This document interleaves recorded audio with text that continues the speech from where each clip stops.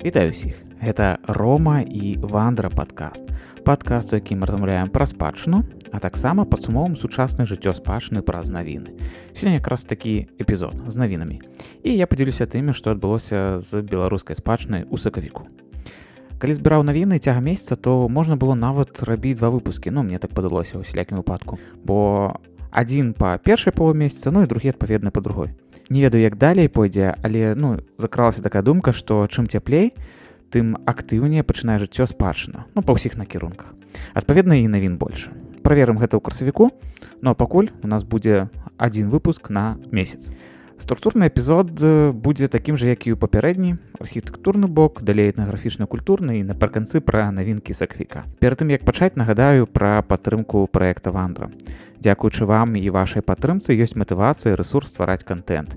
Таму гэта сапраўды важны і патрэбны крок. Спасылкі, як падтрымаць, будуць у апісанні. А таксама ёсць на сайце праекта. Дзякуй. А цяпер будзем пачынаць.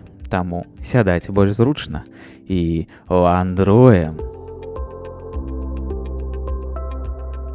Архітэктурны і вакол гэтага ўсяго блок. Першая навіна ляціць нам з Віцебска. Там выставілі на арэнду будынак былога Хедера. У СМІ пішацца, што туды хадзіў Марк Шагал, але ж сустракаю таксама і супярэчлівыя каментары. Пэўных пацверджанняў, што туды хадзіў Марк Шагал вучыцца, я не знаходжу, таму паставім гэту інфармацыю пад сумнеў. Але ж навіна па сутнасці не ў гэтым, а ў продажы гісторыка-культурнай каштоўнасці, так мовіць, аб'екта спадчыны. Дык вось, будынак выставілі на аўкцыён, па выніках якога пераможца зможа арандаваць будынак на 25 год з паследуючым выкупам яго. Таргі пройдуць 9 красавіка. Арэнда будзе каштаваць крыху менш за 2000 рублёў, але ёсць яшчэ выдаткі на самім аўкцыёне. Калі не выканаць патрабаванні, пры выйгрышы яшчэ заплоціш, напрыклад, 4500 рублёў. У выкладзенай аб'яве напісана, што прадугледжанае назначэнне будынка як гасцініца з аб'ектам харчавання. Але па шчырасці не зразумела, наколькі гэта абавязковае правіла. Але так ці інакш, ахвотных людзей на сёння няма. Калі я рыхтаваўся да гэтага эпізода, то ўжо скончыўся тэрмін прыняцця заявак. Фактычна ўжо заявкі скончылі прымаць, і там не было ніводнай заявкі. Таму будынак, відаць, застанецца без новых гаспадароў, і зменаў там не будзе. Нагадаю яшчэ раз, што гэты будынак адносіцца да габрэйскай адукацыйнай спадчыны, і пра гэта ў нас была размова. У нас гэта, маю на ўвазе ў Вандра падкасце. Размова была з Анеляй Крейн. Гэта эпізод падкаста нумар 9. Абавязкова паслухайце.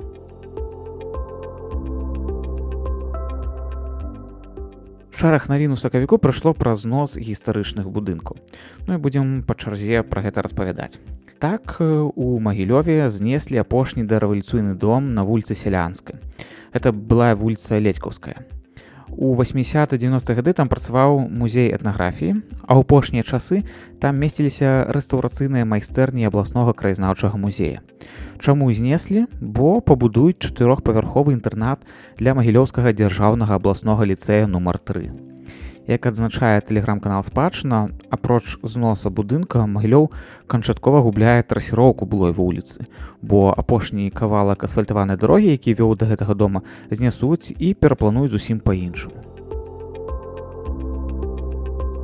Наступная навіна пра знос ідзе да нас з Вілейкі. У Вілейкі знеслі казарму былога корпуса аховы памежжа. Здымкі зноса апублікавалі ў суполцы ў фэйсбуку «Старая Вілейка». Будынак не быў у спісе гісторыка-культурных каштоўнасцей, але ж ён адлюстроўвае такую гісторыю горада ў міжваенныя часы, і гэта таксама важна. Калі аб'ект не падаховае, не ў спісах, дзесьці там не з'яўляецца гісторыка-культурнай каштоўнасцю афіцыйна, то для грамадства, мне так здаецца ў усялякім выпадку, яшчэ больш цяжка патлумачыць, чаму варта захаваць гэты аб'ект, чаму яго не патрэбна зносіць, а наадварот, напрыклад, рэвіталізаваць. Апошнія гады былая казарма стаяла закінутай, а 4 гады таму мясцовыя ўлады яго спрабавалі прадаць, але ж пакупнікоў не знайшлося. Кошт казармы тады складаў $51 000. І вось уявіце, жывеце ў Вілейцы, стаіць будынак, які спрабавалі прадаць, усе пра гэта ведаюць, яго ніхто не купляе, і складаецца ўражанне такое, што ўвогуле гэта нікому не патрэбна. І адпаведна, ідэя знесці будынак увогуле можа выглядаць досыць лагічна ў вачах мясцовых жыхароў.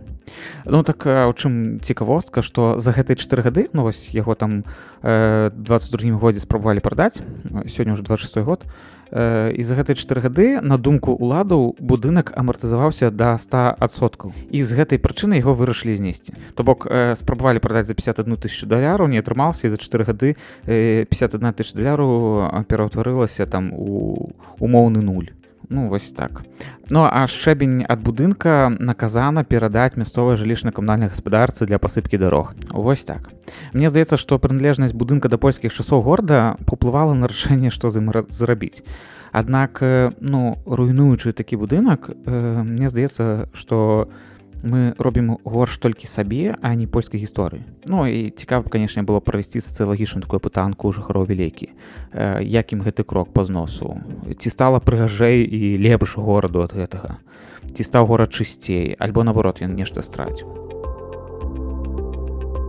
У Полацку зруйнавалі гістарычны драўляны дом пачатку 20-го стагоддзя. Дом стаяў на Ніжнепакроўскай вуліцы, і, як піша тэлеграм-канал «Спадчына», з 23-го года па праекце аховы гістарычнага цэнтра Полска быў уключаны ў афіцыйны пералік аб'ектаў шараговай гістарычнай забудовы. Такім чынам, знос гэтага дома – гэта ўвогуле парушэнне заканадаўства. Аднак ізноў-такі, як і з Вілейкай, упэўнены, што большасць наўпрост не разумее, што гэта парушэнне, дом ахоўваецца законам, зносіць яго нельга. Адсюль ёсць думкі, што ўлады, ну, гэтым карыстаюцца. Накшталт, ніхто не ўбачыць у гэтым трагедыі, але, ну, калі хтосьці там скажа, што гэта там трагедыя, зносіць яго нельга было, то для большасці людзей трэба яшчэ будзе доўга тлумачыць, чаму гэта нельга, чаму гэта трагедыя, чаму гэта парушэнне. Ну і ад гэтага доўга тлумачэння гісторыя наўпрост замнецца, ну і ўсё, і дома няма. Іранічна, але пра сам дом можна пачытаць на сайце, ну, калі гэта можна назваць сайтам, ну, там, старонка Нацыянальнага польскага гісторыка-культурнага музея-запаведніка. Як пішацца там, дом нумар 14 па вуліцы Ніжнепакроўскай быў пабудаваны на пачатку 20-го стагоддзя святаром Свята-Мікалаеўскага сабора, гэта былы сабор Святога Стэфана, Фамой Антаневічам, ну, як жылы дом. Дом нумар 14 – гэта выдатны ўзор драўлянай аднапавярховай жылой забудовы вуліцы Ніжнепакроўскай пачатку 20-го стагоддзя. Вось так, што пішуць на старонцы музея. Што цяпер будуць рабіць з гэтым, цікава? Дапісваць, што дом знеслі, ці наўпрост прыбяруць гэтую сторонку? Ну і цікава, якія думкі ў саміх супрацоўнікаў музея, ну і адпаведна ў жыхароў горада. А ў Гродна знеслі драўляны дом 30-х гадоў у стылі канструктывізм. Як піша Спадчына, дом стаяў на вуліцы Асіпенка ў былой настаўніцкай калоніі. Гэта такі комплекс жылля, які пабудаваўся для настаўніка школы ў міжваенныя часы. Жыхары дома былі выселены яшчэ ў 15-м годзе, а праз 4 гады яго пачыналі ўжо разбіраць, паспеўшы зняць дах, але дзеяннямі мясцовых актывістаў атрымалася спыніць працэс. І з таго часу будынак так і стаяў без даху, ну а ўчастак выставілі на таргі пад будаўніцтва жылога дома. Цяпер гэтая гісторыя завершылася, дом знеслі. Вось. І тым самым Гродна згубіў яшчэ адзін аб'ект драўлянай спадчыны. Наступная навіна прыходзіць да нас з вёскі Вішнева. Там у сакавіку выявілася, што была скрадзена надмагільная чыгунная пліта на Могільцах. Пра гэта ў сябе на старонцы ў Фейсбуку паведаміў краязнаўца пан Пушчанскі. Надмагільная пліта належала некаму Вільгельму Віванді, які памёр ва ўзросце 40 год у 1848 годзе. Ну, салідны такі год. То бок, ну, пліце было больш за 170 год. Апошні раз краязнаўца я бачыў, калі прыязджаў апошнім разам на Могільцы ў 21 годзе. Таму, калі дакладна яна знікла за гэтыя 5 год, невядома. А вось у сакавіку гэта выявілася падчас наступнага прыезду. Ну і пытанне, куды яна знікла, но яно ляжыць на паверхні, насамрэч. Гэта не той салідны ўзрост пліты, якую можа выклікаць такую гістарычную каштоўнасць. Ну, а гэта меркавана тупа грошы за метал. Знікаюць старыя гароджы, знікаюць помнікі з Могіліц. Ну і гэтая хвароба, яна цалкам не новая. Наадварот, быццам зараз яна менш праяўляецца. Але ж, ну, не ад таго, што людзі сталі лепш, зразумела. Наўпрост ўсё, што можна было, то ўжо скралі. Ну і атрымоўваецца, што аб'ектаў для крадзежу застаецца ўсё менш і менш. Ну, гэта ўсё груба кажучы, канешне. Пра гэтую праблему ў вандр-падкасце распавядаў і Іван Чайчыц у эпізодзе пра тырчынскія могілкі.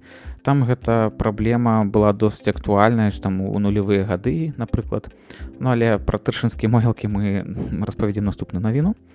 Ось, вяртаючыся да Вішнева, там яшчэ застаюцца на могілках у Вішнева застаюцца такія помнікі старыя з чыгуннымі плітамі. Прычым некаторыя нават з 1817 года. То бок гэта яшчэ там 200 плюс гадовая даўніна. І вядома, гэта ўсё пад пагрозаю. Таму я заклікаю вас, пільнуйце, калі ласка, могільцы, якія наведваеце, ды фіксуйце хаця б візуальна, фотаздымкамі старыя пахаванні. Мы замала што ведаем у тэме могілкавай спадчыны, таму калі мы не можам уратаваць фізічна гэтыя аб'екты, то хаця б давайце зафіксуем іх візуальна. Працягваем тэму могілкавай спадчыны, бо на ўжо згаданых трышынскіх могілках у Брэсце вырашылі наводзіць парадкі. Наводзіць парадкі рукамі дзяржавы пачалі. Ну і па шчырасці гэта ўсё гучыць як пагроза. Не ведаю, як вам, но для мяне гэта так выглядае насамрэч. Чым пагроза? Напрыклад, у пагроза ў бачанні, а што такое парадак? І ў няхайнай справе, бо няма разумення, дзе трэба нешта асцярожна рабіць, дзе можна там сілу нешта зрабіць. Вось яно такі атрымалася. На пачатку месяца брэсцкае спецпрадпрыемства паведаміла, што будуць працаваць на могілках па выдаленні дрэў. Вось так яны напісалі ў сябе ў тэлеграм-канале. На тэрыторыі некропаля выконваюцца работы, якія ўключаюць у сябе абразанне і фармоўку дрэў, выдаленне аварыйных дрэў, што знаходзяцца ў неналежным стане, у тым ліку інвазійных відаў. Гэты від работ праводзіцца з мэтаю недапушчэння, пашкоджання або разбурэння помнікаў і надмагілляў некропаля. Пазней там быў суботнік з дэпутатамі, праца працягнулася і далей на тыдзень, а 15 сакавіка ўтрэці з'явіліся здымкі з могліц, дзе дрэвы павалены на помнік, і некаторыя помнікі наўпрост ляжаць па частках разбітыя. Апроч паваленых помнікаў, мяне, напрыклад, хвалюе яшчэ выразанне дрэў, бо гэта нейкі такі хваробны тренд, які пакрыў усю краіну. Гэта быццам стала модна, каб могілкі вычышчаліся ад дрэў і станавіліся полем. Гэты дурны тренд я бачу і на могільцах у Чувіцкім краі, дзе за апошні год-два пасеклі амаль усе дрэвы. Калі дакладна, гэта на могільцах у Вялікіх Чужычах. Не ведаю па шчырасці, наколькі шмат там зачысцілі ў Брэсце, але прапагандысцкі гэта працуе па-дурному. Глядзіце, паказваюць у навінах па тэлевізары, што ратуюць могілкі ад аварыйных дрэў. Далей людзі глядзяць гэта і бачаць усе дрэвы ўжо на сваіх могілках аварыйнымі. То бок, а раптам гэтае дрэва зваліцца ды вось на магілу майго дзеда. І вось з гэтай думкай яны просяць, каб гэтыя дрэвы спілавалі, а аргумент можа быць досыць просты. Так нават у Брэсце так робяць, бо па тэлевізары паказваюць.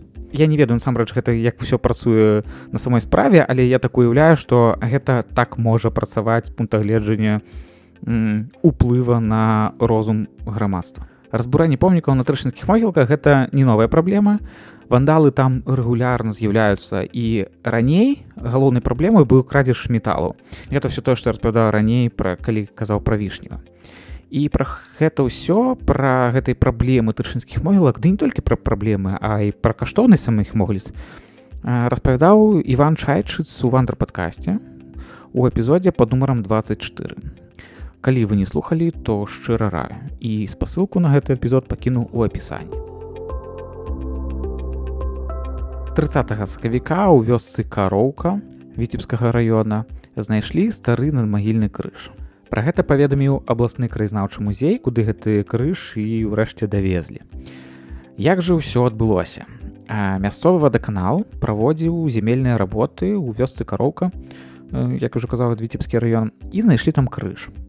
Пасля яны звязаліся з мясцовым музеем, гісторыкамі, і на наступны дзень з дапамогай пад'ёмнага крана крыж даставілі ў музей пад Віцебскую ратушу. А ўжо пазней гісторык і архівіст Дзеніс Лісейчыкаў напісаў допіс у Фейсбуку пра гэты крыж, расчытаўшы надпісы на ім і патлумачыўшы ўвогуле, каму ён належаў. Крыж гэты належыць чалавеку з роду панцырных баяраў, ушаковічаў-караўчынскіх, ці ушаковічы-кароўкі. Панцырныя баяры – гэта феадальна залежныя людзі, якія неслі ваенную службу на кані і ў цяжкім узбраенні. Менавіта таму іх звалі і панцырныя. А далей ўжо цытую Дзяніса Лісейчыкава. Па 1630 годзе маецца цікавы дакумент. Ліст сурожскага падстарасты Яна Стахоўскага, баяром-коровчанам, аб размежаванні іх земляў і землямі лемніцкіх сялян. З яго вынікае, што продак Ушаковічаў Іван Ушак атрымаў тут зямлю ад віцебскага ваеводы Стэфана Збаражскага. У Івана Ушака былі сыны Васька, Ігнат, Іван, Андрэй і Юрка, якія валодалі навакольнымі землямі ў канцы 16 стагоддзя. І вось сярод гэтых сыноў менавіта у Ігната і быў сын Герасім. У канцы 1630 года гэты Герасім памёр, а ягоныя сыны Антон і Зміцер паставілі па ім гэты каменны помнік, які захаваўся да нашага часу. То бок, знойдзены помнік, ён належыць Герасіму Ігнатавічу, і яму амаль 400 гадоў. І гэта сапраўды клёвая знаходка. Ну, пагадзіцеся. У каментарах да допіса Дзениса задавалі слушнае пытанне яшчэ, напрыклад, ці даследуецца гэты лапік зямлі, дзе знайшлі помнік. Ну, але зразумела, адказаць на гэта, ніхто ж не адкажа. Але так ці інакш, для краязнаўства, асабліва для лакальнага краязнаўства тых ваколічных вёсак, гэта, находка найкаштоўнейшая. У Нароўлі працягваюцца працы па аднаўленні палаца Горватаў. І ў сакавіку каманда праекта паведаміла, што распачаўся сезон працы. Па актуальным стане будаўнікі вядуць расчышчальныя працы, пачынаюць ремонт аварыйнага ганка і рыхтуюцца да працы ў сутарэннях палаца. Разам з гэтым шукаюцца майстры па ляпніне. Таму раптам вы гэтым займаеце, ці ведаеце такіх людзей, то напішыце ў соцсеткі праекта, бо ёсць клёвы шанец прычыніцца да гісторыі і беларускай спадчыны. Культурная і этнаграфічная. У Германіі даследчыца Вольга Шутава адшукала невядомы дагэтуль асобнік псалтыра, які выдаў Францыск Скарына ў Вільні ў 1522 годзе. Кніга знаходзілася ў бібліятэцы герцагіні Ганны Амаліі ў нямецкім Веймары. Кніга знаходзілася там з памылковым вопісам і пазнакаю «Найвялікшая рэдкасць». У фондах бібліятэкі кніга знаходзіцца як мінімум з 1754 года, а, напрыклад, лютым 1678 года кніга належала некаму Давіду Каспар-Слуйсу. Такі запіс ва ўсялякім выпадку захаваўся чарніламі ў кнізе. Ёсць яшчэ шэраг неразгаданых таямніц па кнізе, у тым ліку з эміграцыямі, як яна ўвогуле даехала да Веймара. Таму Вольга працягвае свае даследчыя працы і спадзяюся, што мы ў бліжэйшы час нешта яшчэ даведаемся новага пра гэты псалтыр. Сёння ў краінах заходняй Еўропы вядома толькі 4 падобныя асобнікі псалтыра 22 года. Яны захоўваюцца ў Кембриджы, у Лондоне, Капенгагене і Любляне. Веймарскі асобнік ён стаў 5-м, таму знаходка досыць значная для беларускай спадчыны. А пачытаць пра знаходку можна ва ўжо апублікаванай даследчай працы Вольгі. Спасылку на гэтую працу я пакінуў у апісанні. У Польшы быў знойдзены і набыты капіяры касцёла вялікіх Эйсмонтаў, што ў Бераставіцкім раёне. Гэта такая касцёльная кніга. Яна утрымлівае распараджэнні свецкіх і касцёльных уладаў, звесткі пра жыццё парафіі мясцовай супольнасці. Трапляюцца там таксама прозвішчы мясцовых жыхароў, сустракаюцца згадкі пра метрычныя акты, асобныя сямейныя гісторыі, нататкі пра вакцынацыю ад оспы, будаўніцтва касцёла і шмат іншага. Ва ўсёй гэтай навіне цікавая гісторыя сама, як гэта ўсё знайшлося і купілася. Сам дакумент быў выстаўлены на аўкцыёне OneBit у Польшы антыкварыятам афіцыйна калекцыянер Дарыюш Паўлоўскі. Гэты выстаўлены лот пабачыла супольнасць палякаў, якая паходзіць з Гродна. Пра гэта даведалася выданне «Мост» і напісала навіну. Навіну моста перадрукавалі іншыя СМІ, тагачы ініцыятывы Мальдзіс, і гэтак у акцыёне прыняў удзел Ілля Пакроўскі, які купіў капіяры, аддаўшы 1562 еўра. Як стасуецца паміж сабой Ілля Пакроўскі Мальдзіс, не ведаю, але навіну падалі, як Мальдзіс набыў капіяры. Мне больш даспадобы гэты загаловак. Беларускі мецэнат выкупіў на польскім аўкцыёне кнігу 19 стагоддзя, якая належала парафіі на Гродзеншчыне. Гэта больш сумленна. Ініцыятыва Мальдзіс паведамляе, што вясной яны адскануюць кнігу і выкладуць у онлайн для даследаванняў. Гэта клёвы і слушны крок, які цалкам падтрымліваю. Можна толькі парадавацца за людзей, чые продкі паходзяць з гэтай парафіі, бо ў іх з'явілася новая крыніца для даследаванняў. Дарэчы, тады ж пры тым жа аўкцыёне быў прададзены збор дакументаў датычных маёнтка Астрына, што ў Шышынскім раёне. Дакументы закранулі польскі міжваенны час, там былі і пашпарты, і земельныя інвентары, карацей, там добры 100 дакументаў. І ўсё гэта было прададзена за 852 еўра, але хто набыў гэта, невядома. Панскі маёнтак Сула вяртае спадчыну. Відаць, медыйшчыкі наглядзеліся на ініцыятыву Мальдзіс, і выкарыстоўваюць такі ж самы выраз. Дык што ж за навіна? Навіна такая, што заснавальнік Сулы Андрэй Запольскі набыў статут ВКЛ выдання 1744 года і прывез яго ў Сулу. Паведамляецца, што статут быў набыты на аўкцыёне Созбіс, за якую цэну не пазначаецца. Па шчырасці спрабаваў шукаць гэты лот, але не знайшоў, але мяркую, што не надта стараўся яго шукаць. Раней, 2 гады таму, Андрэй Запольскі ўжо набываў вялікае майстэрства артылерыі Казіміра Семеновіча. Таму гэта не першае з'яўленне чагосьці такога старога, са старых дакументаў, у Суле.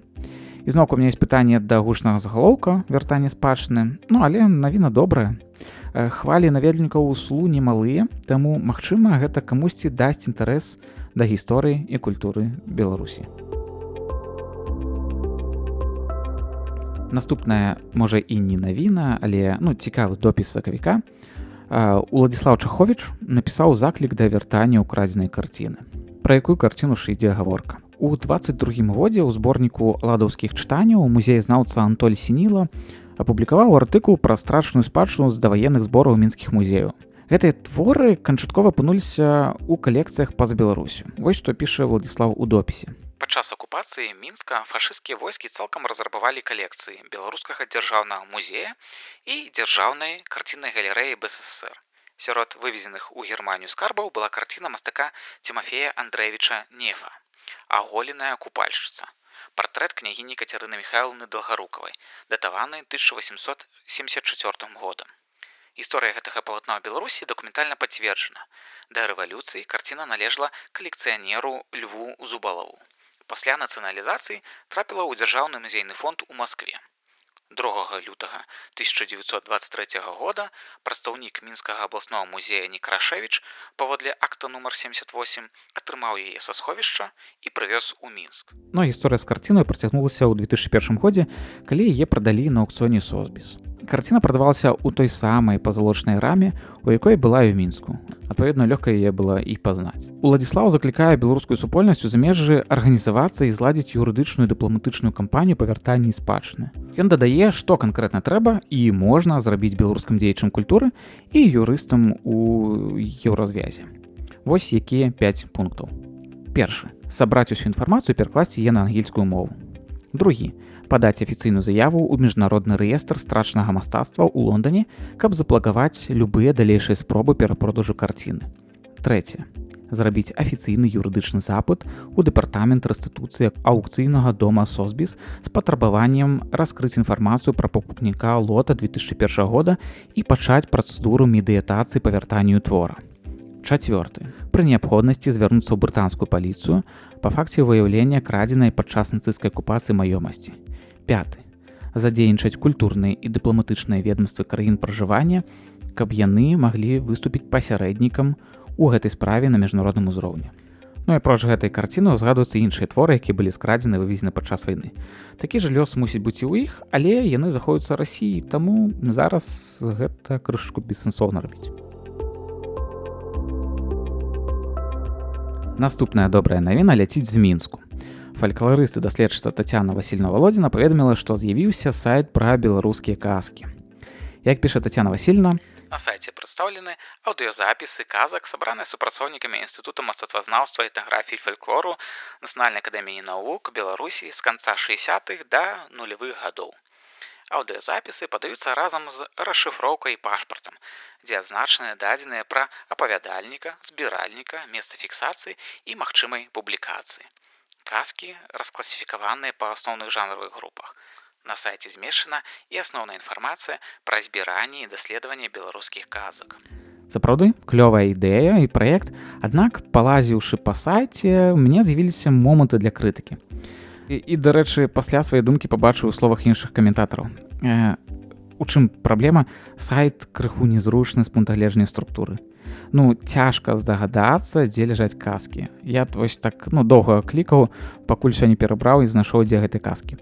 А яшчэ нельга паглядзець будь-якую мапу, адкуль ёсць увогуле казкі, бо я ж заходзіў з адпаведнай мэты, напрыклад, паглядзець, а што ёсць там па Чучавіцкім краі, ці там па цікава мне вёска. Гэтага не знайшоў, паспрабаваў патыкаць так наўгад, але таксама нічога не атрымалася. І вось пытанне засталося адкрытым.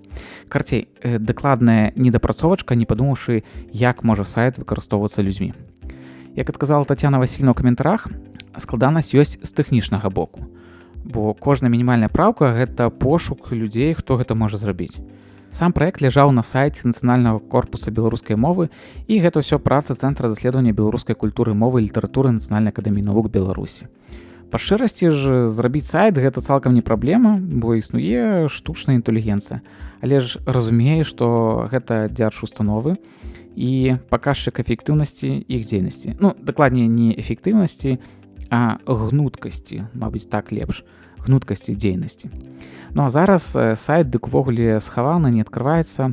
І гэта не толькі старонка з казкамі, а ўвогуле сайт корпуса беларускай мовы. Таму спадзяемся, што ўсё ажыве, ўсё вернецца на свае месцы, бо, паўтаруся, сама ідэя вельмі клёвая. І зноўку навіна ад Тацяны Валодзінай, бо выйшаў 13-ы зборнік «Беларускі фальклор, матэрыялы і даследаванні». Фальклорны зборнік выходзіць штогод і публікуе працы навукоўцаў і даследчыкаў фальклора. У гэтым зборніку апублікаваны 17 прац, змешчаных на 500 старонках. Пра што пісалі ў гэтым годзе? Напрыклад, Вячаслаў Мартысюк пра этнографа Серж Путоўскага, Яніна Грыневіч пра народныя песні Магілёўскай губерні, а Жанна Жыхарка падрыхтавала фальклорныя матэрыялы, сабраныя з пацярпелых ад Чарнобыля раёнаў. Зборнік яшчэ недаступны онлайн, але ж пакуль можна, напрыклад, пачытаць папярэднія выпускі беларускага фальклора на сайце Этноўсё. Спасылка, дзе гэта ўсё пачытаць, будзе ў апісанні. Што новага з'явілася праз пачну ў сакавіку? У падкаста «Нататнік» выйшлі дзве размовы. Першая – гэта размова з Олегам Дзярновічам пра крэва, а другая – гэта размова з Сашым Маскевічам, стваральнікам праекта «Пошук інфа», наўпрост пра інтарэсы госця, паштоўкі, вандроўкі, птушкавання. З двумя гэтымі госцямі мы ўжо запісвалі падкаст, гэта нумары 23-54, і агулам цікава назіраць за абранымі тэмамі і госцямі, быццам людзей, з кім паразмаўляць засталося на 3 дні. Але ж, вядома, гэта не так. Таму будзем працягваць назіраць, будзем працягваць глядзець і слухаць. Усё, што не робіцца у сумежных праектах, гэта ўсё добра. А ў падкаста «Так склалася гістарычна» выйшлі 2 эпізоды з Алексеем Белецкім пра праект «Жніво» і з Сергеем Андрыянавым пра яго генеалагічна-краязнаўчыя даследаванні. І зноўку з гэтымі ж госцямі у нас выходзілі эпізоды пад нумарам 22 і 38. У параўнанні з «Нататнікам» цешыць, што Ганна Дзягель, стваральніца ведучая падкаста, не мінае той факт, што ўжо госці былі на іншых падкастах.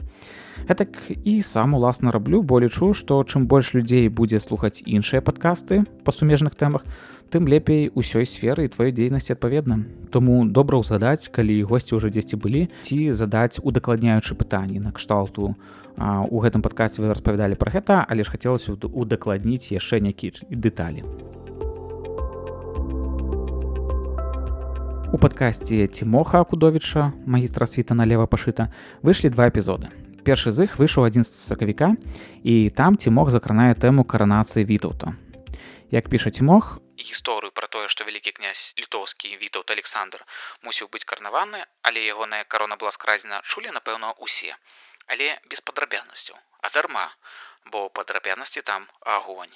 З падкаста вы даведаецеся, чаму Вітаўт першы раз адмовіўся ад кароны, якія інтрыгі плёў Ягайла ў дачыненні да свайго брата, ці не была княгіня Ульяна, это жонка Вітаўта, шэрым кардыналам усяго гэта працэса, і самае галоўнае, дык ці хацеў сам Вітаўт быць каранаваны.